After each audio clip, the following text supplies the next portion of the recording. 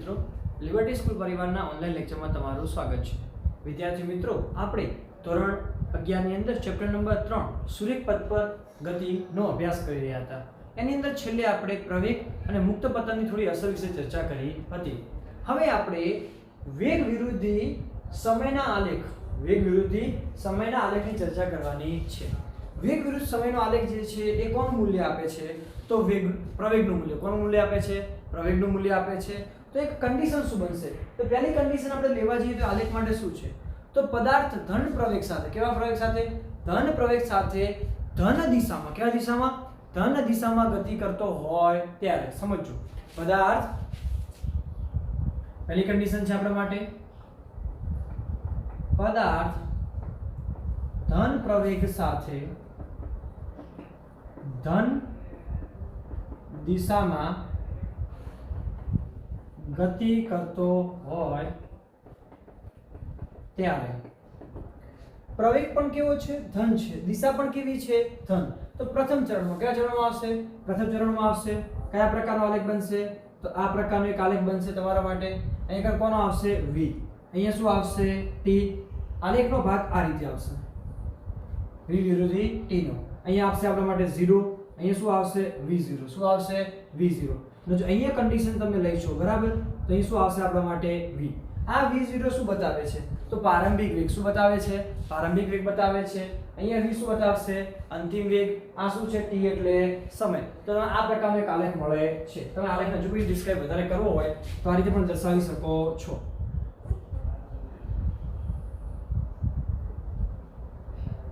આ રીતે પણ દર્શાવી શકો છો. ઓકે, તો આ આલેખ કોના માટે થશે? ક્યારે કન્ડિશન લાગુ થઈ શકે? કે પદાર્થ ધન પ્રવેગ કેવો હોય? પ્રવેગ ધન હોય, સાથે સાથે દિશા પણ કેવી હોય?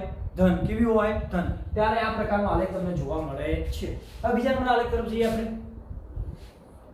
હવે જોવા જઈએ પ્રવેગ ઋણ લઈએ. કેવો લઈએ છીએ? ઋણ. કે પદાર્થ ઋણ પ્રવેગ અને ધન દિશામાં, કયા દિશામાં? ધન દિશામાં ગતિ કરતો હોય. શું કીધું છે? પદાર્થની દિશા કેવી છે? પદાર્થની દિશા ધન છે, પરંતુ પ્રવેગ કેવો છે? ઋણ. કેવો છે? ઋણ. તો એ માટેની આપણને કન્ડિશન આપેલી છે. તો એ કન્ડિશનનો થોડો ઉપયોગ કરીને આપણે ચાલીએ તો શું કન્ડિશન આપણને મળશે? તો આલેખ આ પ્રકારનો આવશે. પ્રથમ ચરણની અંદર, કયા ચરણમાં? પ્રથમ ચરણની અંદર આલેખ કયો રહેશે? v. ચલો, v વિરોધી t નો છે. શેનો છે? t નો છે. આલેખમાં થોડું ડિસ્ક્રાઇબ કરીએ આપણે તો આલેખ આ પ્રકારનો બનશે. શું બનશે? આ પ્રકારનો. કેમ? અહીંયા શું આવશે? વેગ v. અહીંયા શું આવશે? v. v0 અને v. અહીંયા 0 ને સમય કયો લઈ શકાય? t. કયો લઈ શકાય? t. ઓકે, તો આ પ્રકારનો તમને આલેખ જોવા મળશે. આમાં તમને શું બતાવે છે? તો શું થાય છે? દેખો, પદાર્થનો ઋણ પ્રવેગ એટલે કે દેખો વેગ ઘટે. શું થાય છે? વેગ ઘટે એટલે પ્રવેગ શું મળે? ઋણ મળે. કેમ? વેગના ફેરફારને શું કહે છે? પ્રવેગ કહે છે. પણ ધન દિશામાં, કે પ્રથમ ચરણમાં શું આવે? હંમેશા ધન. કેવું આવશે? ધન. દિશા કેવી રહેશે? ધન. પરંતુ મૂલ્ય કેવું રહેશે? ઋણ. કેવું મળે છે? ઋણ મળે છે. ત્રીજી કન્ડિશનમાં આપણે જોવા જઈએ તો હવે પદાર્થ ઋણ પ્રવેગ સાથે ઋણ દિશામાં, કઈ દિશામાં? ઋણ દિશામાં ગતિ કરતો હોય. પદાર્થ ઋણ પ્રવેગ સાથે કઈ દિશામાં હોય? ઋણ દિશામાં ગતિ કરતો હોય. તો આ પ્રકારનો આલેખ આવશે આપણા માટે. ઉપર આપણે સ્લાઇડ લઈ લઈશું. ભાગ ક્યાં આવશે? નીચે. ક્યાં આવશે? નીચે આપણા માટે. બરાબર. તો આલેખનો કયો ભાગ આવશે? આ રીતે. અહીંયા શું છે આપણા માટે? 0. આ શું બનશે? v0. આ શું બનશે આપણા માટે? v. અહીંથી જોવા જઈએ તો શું બનશે આપણા માટે? t. તો આલેખ ક્યાં આવશે? નીચે તરફ. કઈ તરફ? નીચે તરફ. આ કયું ચરણ કહેવાય? ચોથું ચરણ. કયા ચરણમાં આવશે? ચોથા ચરણમાં આવે છે. ક્યારે પદાર્થ કેવો હોય? ઋણ પ્રવેગ સાથે ઋણ દિશામાં. કેવું? ઋણ પ્રવેગ સાથે ઋણ દિશામાં ગતિ કરતો હોય ત્યારે. તો આ કન્ડિશન આપણને મળશે. હવે અહીંયા કને એક અગત્યની કન્ડિશન છે. અહીંયા કને થોડી કન્ડિશન થોડી બદલીએ છીએ, સમજીશું. કે પદાર્થ t1 સમયમાં, કેટલા સમયમાં? t1 સમયમાં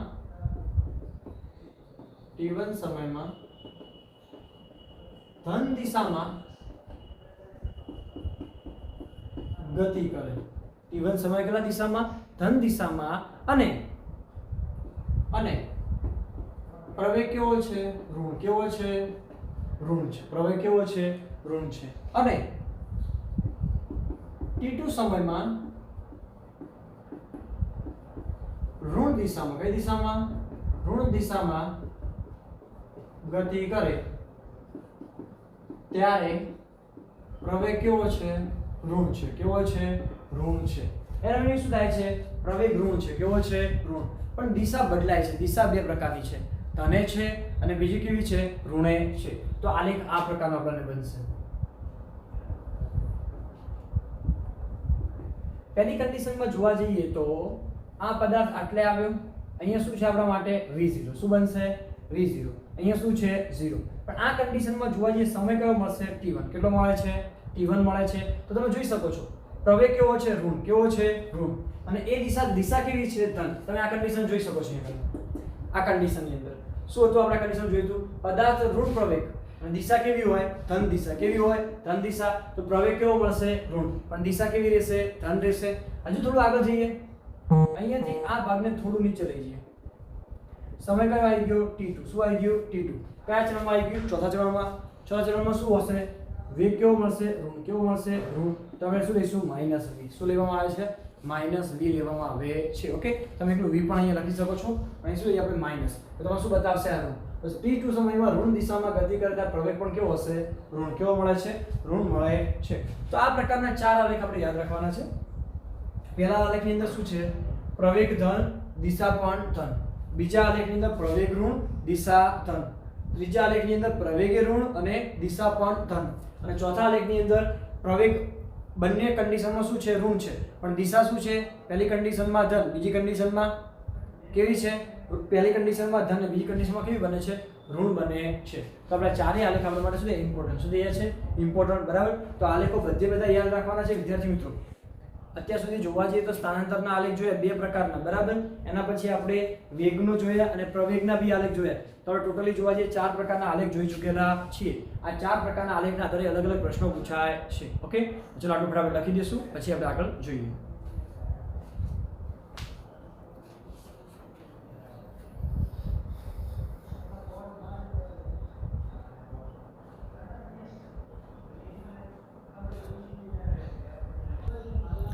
ચલો વિદ્યાર્થી મિત્રો આપણે આગળ વધીએ.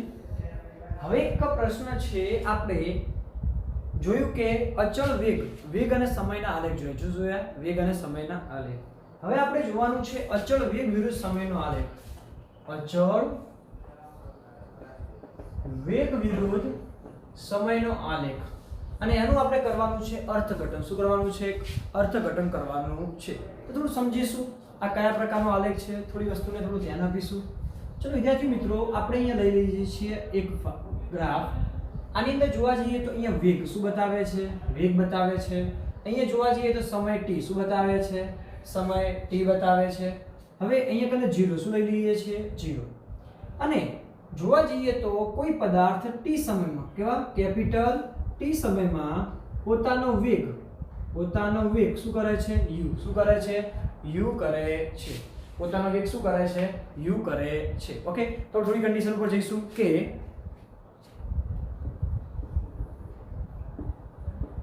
અચળ વેગ u થી ગતિ કરતા, કેવા? અચળ વેગ u થી ગતિ કરતા પદાર્થનો વેગ વિરુદ્ધ સમયનો આલેખ આકૃતિમાં દર્શાવેલ છે. શું છે? અચળ વેગ u થી ગતિ કરતા પદાર્થનો વેગ વિરુદ્ધ સમયનો આલેખ શું દર્શાવ્યો છે? આકૃતિમાં દર્શાવેલો છે. હવે આપણે સમજીશું. અહીંયા જોવા જઈએ તો t બરાબર 0 સમય, કયા? t બરાબર 0 થી t બરાબર શું છે? t. તમે જોઈ શકો છો t બરાબર શું મળશે આપણે? 0. અહીંયા t બરાબર શું મળશે? t સમયમાં. t બરાબર 0 થી t બરાબર t સમયમાં વચ્ચે મળતા આલેખ વડે ઘેરાતું ક્ષેત્રફળ. તમે જોઈ શકો છો t બરાબર t 0 થી આટલેથી આટલો ભાગ કાપે છે. કેટલા વેગથી? u જેટલા વેગથી. ત્યારે ક્ષેત્રફળ શું રચાય છે?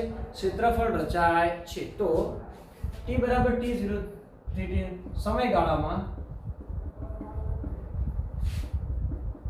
ગતિ કરતા પદાર્થ વડે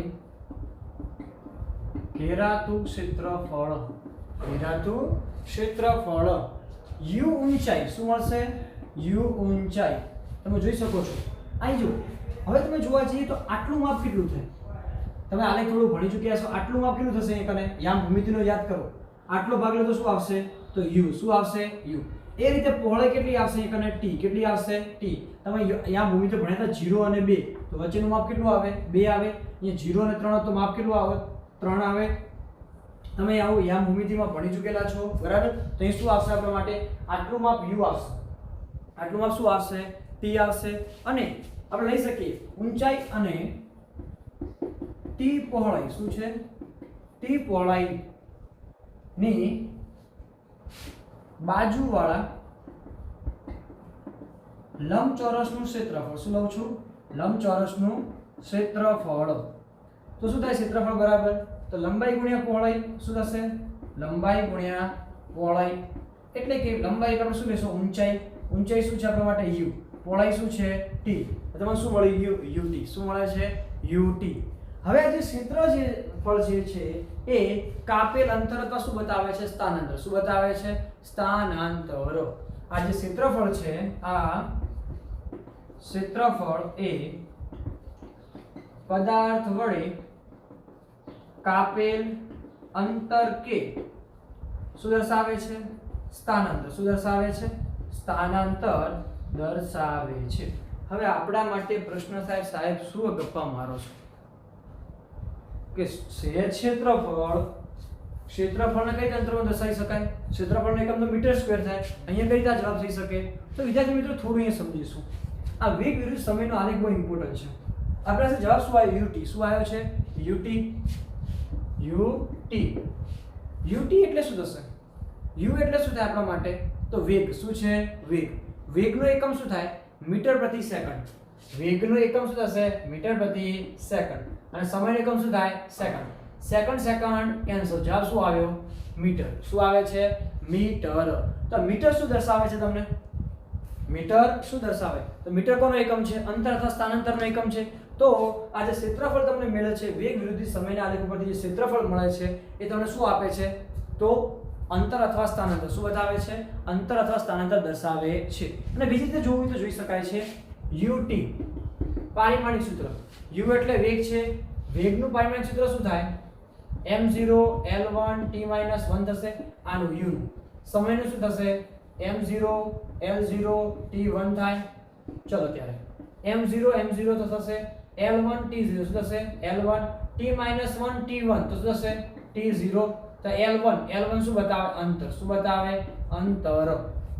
તો અંતર અથવા લંબાઈનું થાય. તો એનો મીનિંગ શું થશે કે વેગ વિરુદ્ધ સમયના આલેખ પરથી મળતા ક્ષેત્રફળનું મૂલ્ય વેગ વિરુદ્ધ સમયના આલેખ પરથી મળતા ક્ષેત્રફળનું મૂલ્ય શું આપે તમને? અંતર અથવા સ્થાનાંતર. શું આપે છે? અંતર અથવા સ્થાનાંતર આપે છે. તો આમ કોઈપણ સમયગાળામાં પદાર્થ વડે કપાયેલું ક્ષેત્રફળ તે સમયગાળા દરમિયાન v વિરુદ્ધ t ના આલેખ અને સમય અક્ષ વચ્ચે ઘેરાયેલા ક્ષેત્રફળ જેટલું હોય છે. સમય અક્ષની ઉપર ઘેરાયેલા ક્ષેત્રફળને કેવું લેવાશે? ધન. કેવું લેવાશે? ધન. જો આ અક્ષની ઉપર લો તો કેવું આવશે? ધન. નીચે તરફ લેશો કેવું આવશે? ઋણ. કેમ?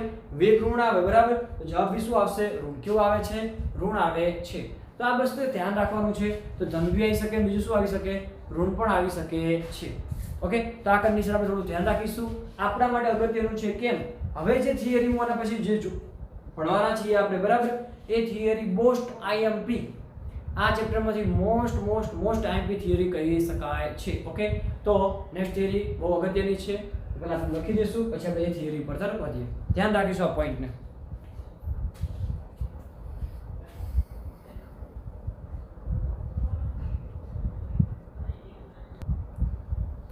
ચલો વિદ્યાર્થી મિત્રો આગળ વધશું. પ્રશ્ન છે તમારા માટે મોસ્ટ IMP. નિયમિત પ્રવેગી ગતિના સમીકરણો. નિયમિત પ્રવેગી ગતિના સમીકરણો કઈ રીતથી? આલેખની રીતથી. કઈ મેળવો? આલેખની રીતથી મેળવો. તો એના માટે થોડીક આકૃતિ શું દોરવી પડશે? આકૃતિ દોરવી પડશે. સમજતા જઈશું. આપણી પાસે આ આકૃતિ જ ઇમ્પોર્ટન્ટ છે આની અંદર. તો આપણે એ લઈ લઈએ.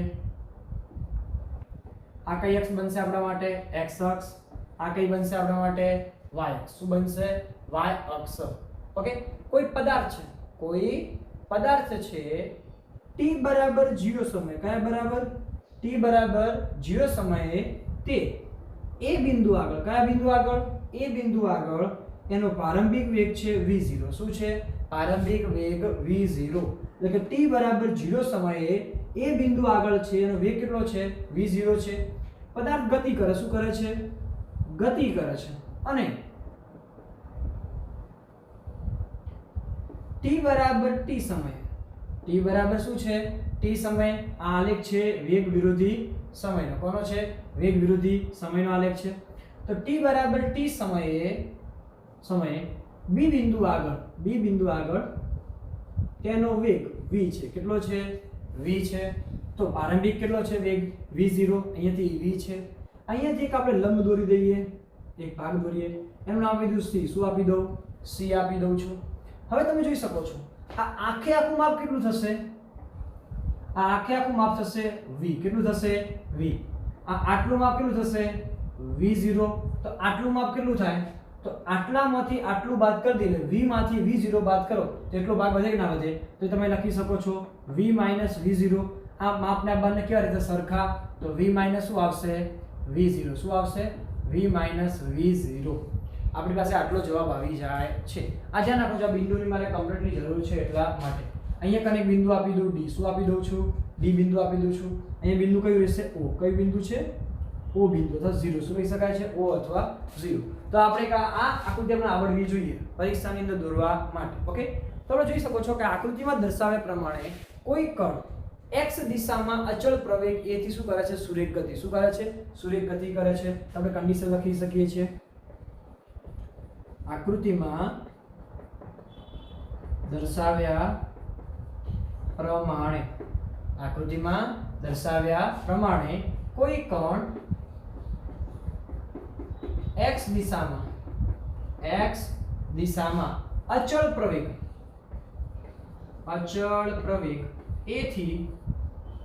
પ્રવેગ a થી શું કરે છે ગતિ. શું કરે છે ગતિ કરે છે. તેનો અચળ પ્રવેગ કેટલો છે a. કેટલો છે a છે. હવે થોડું લઈ લઈએ આપણે એકને જે આપેલું છે એનું કે t બરાબર 0 સમયે વેગ v0 અને t બરાબર t સમયે વેગ v છે. t બરાબર 0 સમયે વેગ કેટલો છે v0 અને t બરાબર t સમયે વેગ કેટલો છે v છે. હવે કણ અચળ પ્રવેગથી ગતિ કરતો હોય ત્યારે એનો સરેરાશ પ્રવેગ કે પ્રવેગ બંને કેવા હોય છે સમાન. કેવા હશે સમાન. તો કન્ડિશન આપણે ભણી ચૂકેલા છો કે અચળ પ્રવેગથી ગતિ કરતા કણ માટે શું થશે આપણા માટે, શું કન્ડિશન બનશે કે કણ માટે સરેરાશ પ્રવેગ અને પ્રવેગ સમાન હોય છે. કેવા હોય છે સમાન. પ્રવેગ એટલે કે તત્કાલીન પ્રવેગ. શું લેવાય તત્કાલીન પ્રવેગ. તો બંને મૂલ્યો કેવા હોય છે સમાન. તો આપણી પાસે પ્રવેગ બરાબર શું હતું, પ્રવેગ બરાબર લેવું હોય તો પ્રવેગ બરાબર આપણે ભણી ચૂક્યા હતા અંતિમ ઓછા પ્રારંભિક ઓછા t2 માઈનસ શું હતા t1. આવું ભણ્યા હતા આપણે v2 minus v1 t2 minus t1. ચલો પ્રવેગ માટે આપણે લઈશું a. શું લઈ લેશું a. v2 એટલે અંતિમ વેગ. અહીંયા જોવા જઈએ તો પ્રારંભિક વેગ કેટલો છે v0, અંતિમ વેગ કેટલો છે v. તો એ અંતિમ વેગ એટલે v2 આવશે, પ્રારંભિક એટલે v0 આવશે. t2 આ v માટે સમય કેટલો છે t. કેટલો છે t. અને v0 માટે સમય કેટલો છે 0. તો a બરાબર v માઈનસ v0 પણ શું થશે t થશે. આ t ને ક્યાં મૂકી દો ઉપર, તો શું થશે at બરાબર v માઈનસ v0. આ v0 આ બાજુ લઈ દો તો at વત્તા v0 બરાબર શું થશે v. અને કમ્પ્લીટલી આપણે લખી દઈએ. ચલો ત્યારે તો શું મળશે આપણને v બરાબર v0 વત્તા at. શું સૂત્ર આવશે, પહેલું સમીકરણ આપણે મળી ગયું. સમીકરણ નંબર શું આપી દઈશું 1. v બરાબર v0 વત્તા શું આવશે at. હવે પહેલું સમીકરણ મળી જાય છે. ઓકે, તો શું તો આપણે અચળ પ્રવેગ ગતિનું પહેલું સમીકરણ શું છે પહેલું સમીકરણ. હવે જવાનું છે બીજા સમીકરણ. શું જવાનું છે બીજા સમીકરણમાં. તો હવે ધ્યાન રાખજો, બીજું સમીકરણ બહુ ઇમ્પોર્ટન્ટ છે એટલે થોડું ધ્યાન રાખજો. હવે ટી સમયમાં કણ વડે કપાયેલ સ્થાનાંતર. હવે ટી સમયમાં કણ વડે કપાયેલ સ્થાનાંતર x એ સ્થાનાંતર શું લઉં છું? x લઉં છું. x ટી વડે કપાયેલ સ્થાનાંતર x એ કોનું જેટલું મળશે તમે જોઈ શકશો. અહીં બહુ ધ્યાનથી સમજો. a b c d અને o શું થશે? a b c d o ક્ષેત્રફળ જેટલું થાય છે. a b c d o ક્ષેત્રફળ જેટલું થાય છે. કારણ કે આપણે આ વસ્તુ ભણી ચૂક્યા છો. ભણાય કે નહીં ભણાય આપણે ક્ષેત્રફળ માટેનું કન્ડિશન? અભ્યાસ તો હાલ તો ભણ્યા થોડી પહેલા બરાબર. યુટી વાળું જે સમીકરણ લાવ્યું કે જે પણ ક્ષેત્રફળ મળે છે બે વિરુદ્ધ સમયના આલેખની અંદર એ શું હશે? આપણા માટે સ્થાનાંતર. શું હશે? સ્થાનાંતર. તો હવે ટી સમયમાં કણ વડે કપાયેલ સ્થાનાંતર x એ ABCDO નું ક્ષેત્રફળ જેટલું થાય છે. આ કન્ડિશન આપણે મળી જાય છે. હવે વિદ્યાર્થી મિત્રો થોડું આપણે આગળ જઈએ, આપણને વધુ ખબર પડે એટલા માટે. ચલો ત્યારે શું કરશું આની અંદર? કઈ કન્ડિશન ઉપર જઈશું આપણે? તો આપણને ઈઝીલી ખબર પડી જશે કે શું જવાબ આવશે આપણા માટે. તો વિદ્યાર્થી મિત્રો અહીંયા કને આપણે બે ભાગ લઈએ છીએ, સમજીશું. એક તો ત્રિકોણ લઉં છું ABC, કઈ લઉં છું? ABC અથવા ACB. અને એક આ ચોરસ શું લઉં છું? એક ચોરસ લઈ લઉં છું. તો બે ક્ષેત્રફળ લઈએ. તો અહીંયા કને ABCDO નું ક્ષેત્રફળ બરાબર ત્રિકોણ ABC નું ક્ષેત્રફળ વત્તા નીચે કયો ભાગ છે? ACDO વત્તા ACDO નું ક્ષેત્રફળ. ચલો ત્રિકોણનું ક્ષેત્રફળ એટલે શું થાય? 1/2 પાયો ગુણ્યા વેધ. શું થશે? 1/2 પાયો ગુણ્યા વેધ. દેખો હવે આ પાયો જે છે આ ભાગ આપણે જે પાયો તો આ કિંમત કેટલી આવશે? t. કેમ? t - 0 શું થશે? t થશે. તો આ t તો આપણને શું આવશે? t આવશે. તો પાયો t વેધ કયો બનશે? v - v0 ઉપરનો ભાગ લઈએ છીએ તો પાયો ગુણ્યા વેધ એટલે કે t ગુણ્યા વેધ એટલે v - v0 વત્તા 1/2 t v - v0 મળ્યું. હવે વત્તા કરીએ આપણે.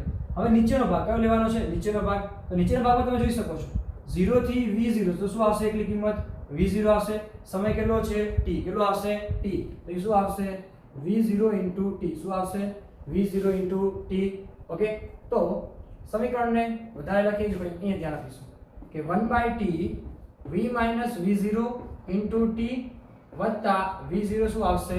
t. ઓકે. આટલી વસ્તુ તમને મળશે. હજુ સમીકરણ બાકી છે. ઓકે. તો પહેલા આટલું લખી દઈશું પછી આપણે સમીકરણને સાબિત કરીએ.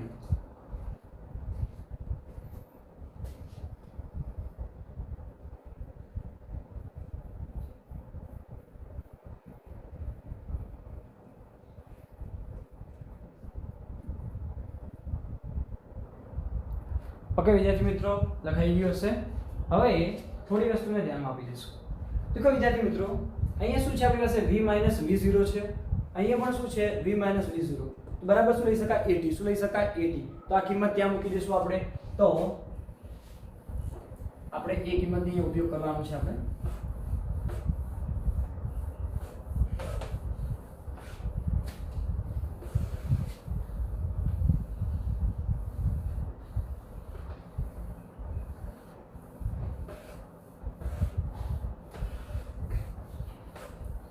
આપણે જે સમીકરણ મળ્યું હતું એ આ પ્રમાણે હતું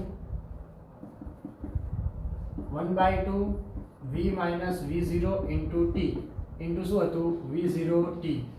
મેં તમને કીધું v - v0t કિંમત કેટલી લેવાની છે? 80. તો 1/2 શું આવશે? 80 * t v0t. હવે જે કાપેલું શું હોય? સ્થાનાંતર. શું કહેવાય? સ્થાનાંતર. એ શું લખી દઈશું આપણે? x. શું લખી દઈશું? x. તો સ્થાનાંતર x બરાબર અહીંયા કમ દેખો v0t આગળ લઈ દીધું. શું લાગી દીધું? આગળ લઈ દીધું છું. અહીંયા 1/2 નું 1/2 a નું a t શું હશે? t². તો સૂત્ર શું મળશે તમને? x બરાબર v0t 1/2 શું મળશે at². શું મળશે 1/2 at² મળે છે. ઓકે, તો x બરાબર v0t શું થશે 1/2 at². હવે બીજી જોવા જઈએ તો સરેરાશ વેગના સૂત્ર પરથી આ સમીકરણ નંબર શું મળશે તમને 2. સરેરાશ વેગના સૂત્ર પરથી, તો સરેરાશ વેગનું એક સૂત્ર છે આપણા માટે કે જો સરેરાશ વેગ તમે લો છો, શું લો છો સરેરાશ વેગ તમે કન્સિડર કરો છો ત્યારે તમને શું જવાબ મળે છે, તો એની કિંમત છે v + v0 બાય શું લેવાય t. કઈ વસ્તુ માટે? અચળ પ્રવેગ માટે. શેના માટે? અચળ પ્રવેગ માટે સરેરાશ વેગનું સૂત્ર શું બને છે v + v0 બાય 2 એટલે કે અંતિમ વત્તા પ્રારંભિક ભાગ્યા 2. હવે આને જો ગુણી દો સમય, શું ગુણી દો સમય, એટલે કે વેગ બરાબર શું થાય અંતર ભાગ્યા સમય. શું થાય અંતર ભાગ્યા સમય. સમયને ક્યાં લઈ જવું ઉપર, તો વેગ ગુણ્યા સમય બરાબર શું મળે તમને અંતર મળે કે ના મળે, તો વેગ ગુણ્યા શું કર્યા મેં સમય, તો તમારો જવાબ શું મળશે અંતર. શું મળશે અંતર. તો આને શું લઈ લઈશું આપણે x લઈ લઈએ x. સમીકરણ નંબર શું આપી દઈશું 3. હજુ જવાબ બાકી છે, પરંતુ સમીકરણ 1 પરથી સમીકરણ 1 શું આપણે મળ્યું, તો v - v0 વત્તા શું મળ્યું તમને at મળ્યું કે નતું મળ્યું. તો અહીં શું કરું છું આ બાજુ લાવી દઉં v ને, તો v - v0 બરાબર તમને શું મળશે at મળશે અને v - v0 ભાગ્યા શું કરી દઉં a, તો સામે તમને શું મળશે t. શું મળશે t. તો આ કિંમત ક્યાં મૂકી દો સમીકરણ નંબર 3 માં. ક્યાં મૂકી દઈએ t ની કિંમત ક્યાં મૂકી દેશું સમીકરણ નંબર 3 માં. તો તમને શું મળશે એકને x બરાબર અહીંયા શું હતું v + v0/2 કૌંસની અંદર શું આવશે તમારા માટે v - v0/ શું આવશે a. શું આવશે a. કેમ? કોની કિંમત મૂકી છે મેં t ની કિંમત. કોની કિંમત મૂકી છે t ની કિંમત મૂકી દીધી છે. અહીંયા જોવા જઈએ તો જો નીચે ઉપરનો ગુણાકાર કરો v + v0 અને v - v0 ભાગ્યા શું આવશે 2 * એટલે 2a. શું આવશે 2a બરાબર તમારા માટે શું થશે x. શું થશે x. તો તમને શું મળ્યું? હવે જો કન્ડિશન જો આ 2a ક્યાં લઈ જઈએ ઉપર, ક્યાં લઈ જઈએ છે ઉપર, તો x * શું થશે 2a. શું આવશે 2a. હવે તમે જુઓ કે a + b અને a - b લઈ શકાય. a + b અને a - b તો બરાબર શું મળે તમને a² - b² જેવું સૂત્ર મળે કે ના મળે, કે a + b a - b તો તમે ભણી ચૂક્યા a² - b². આવું ભણ્યા કે નહીં ભણ્યા? તો બસ આપણે એનો ઉપયોગ કરી દઈશું અહીં કને. તો એ શું આવશે આપણા માટે v² - v0². શું આવશે v². તો v² - ચલો અહીંયા કને શું કરી શકાય આને v² - v0² 2a * x. શું થશે 2a * x. ઓકે, તો આ એક ઇમ્પોર્ટન્ટ સૂત્ર થઈ ગયા છે v² - v0 * 2². તો સમીકરણ નંબર શું આવશે આપણા માટે 4. શું આવશે 4.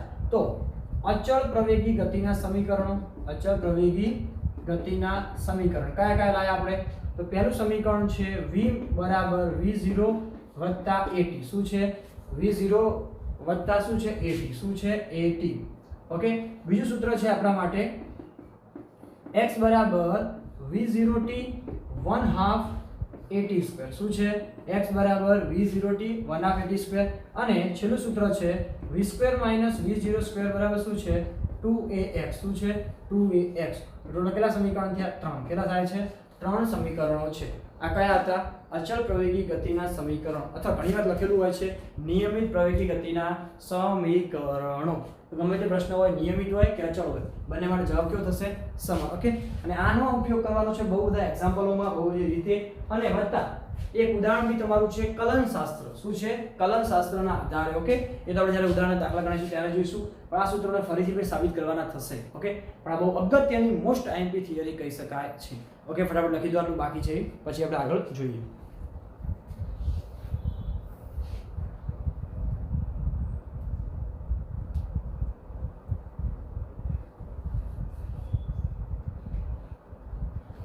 ઓકે વિદ્યાર્થી મિત્રો, તમારે લખાઈ ગયું હશે. તો વિદ્યાર્થી મિત્રો આજે આટલું રાખીએ છીએ. મળીએ નેક્સ્ટ લેક્ચરની અંદર નવા પ્રશ્નો સાથે, નવી વસ્તુ સાથે. ત્યાં સુધી વાંચતા રહો, લખતા રહો, તૈયાર કરતા રહો. Thank you very much.